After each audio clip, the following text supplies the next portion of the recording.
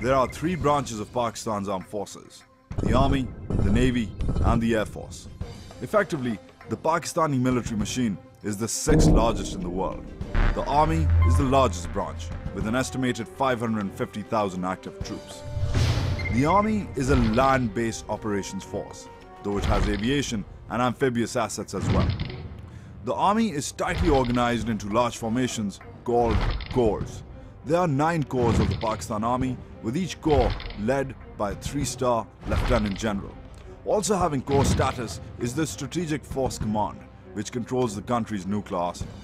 Together, the corps form the functional backbone of Army operations. The generals who lead these corps are technically the Army's most powerful operational officers, apart from the Chief of Army Staff, a 4-star general whom they all report to. Each corps has a certain specified number of divisions. If the corps are the backbone, then these divisions or divs are the arms. Every corps has a particular makeup of divisions. The makeup depends on the strategic and tactical imperatives of the location and the Army's threat perception, security climate, and terrain of that location. For example, most of Pakistan's armored divisions, meaning those divs which are equipped with tanks, are in corps located in the plains of Punjab and the deserts of Sindh. That's because, although the Army has traditionally perceived a threat from across the eastern border, it is only in the terrain of the plains and the deserts where tanks can actually function, and where there is a perceived armored threat from across the border. Meanwhile, divisions of corps that are located in terrains inhospitable to the movement of heavy vehicles, like along the line of control and in Fata and Swat, are primarily infantry-based, meaning they rely heavily on foot soldiers to do the fighting.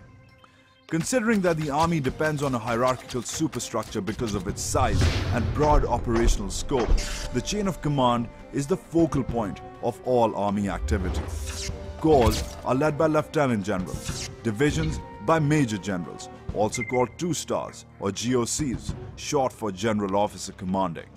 Then, each division comprises of brigades, led by brigadiers, and each brigade is responsible for what is perhaps the lowest common denominator of the Army's organizational hierarchy: the unit. The unit is the basic building block of the Army. While corps, divisions, and even brigades have multiple tasks to perform, ranging from planning logistics and coordinating with the Air Force or the Navy and other corps, divs, and brigades, units have a specialized role. Always having a lieutenant colonel as its commanding officer, the unit has a single function: to fight or support the fight in accordance with the arm it belongs to. Arms are the specialized, task-specific centers of the Army. They are broken down into 2 categories: fighting arms and supporting arms. Units from fighting arms engage in frontline combat operations. Supporting arms units play a vital role in supplementing those combat operations. The Armored Corps, which is based on tanks, the infantry, which is made up of foot soldiers, and the artillery, which uses heavy, long-range guns, are the fighting arms of the Pakistan Army.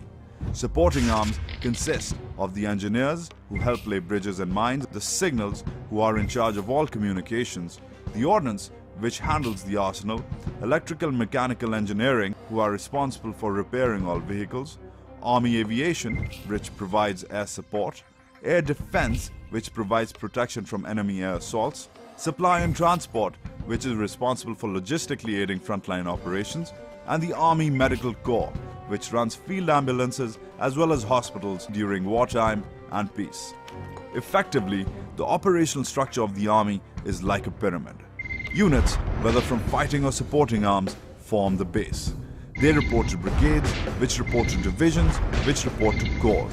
The buck starts at the level of a unit, which may be based on the front line, and stops at the corps, which may be headquartered in a major city. That's the game. But who are the players?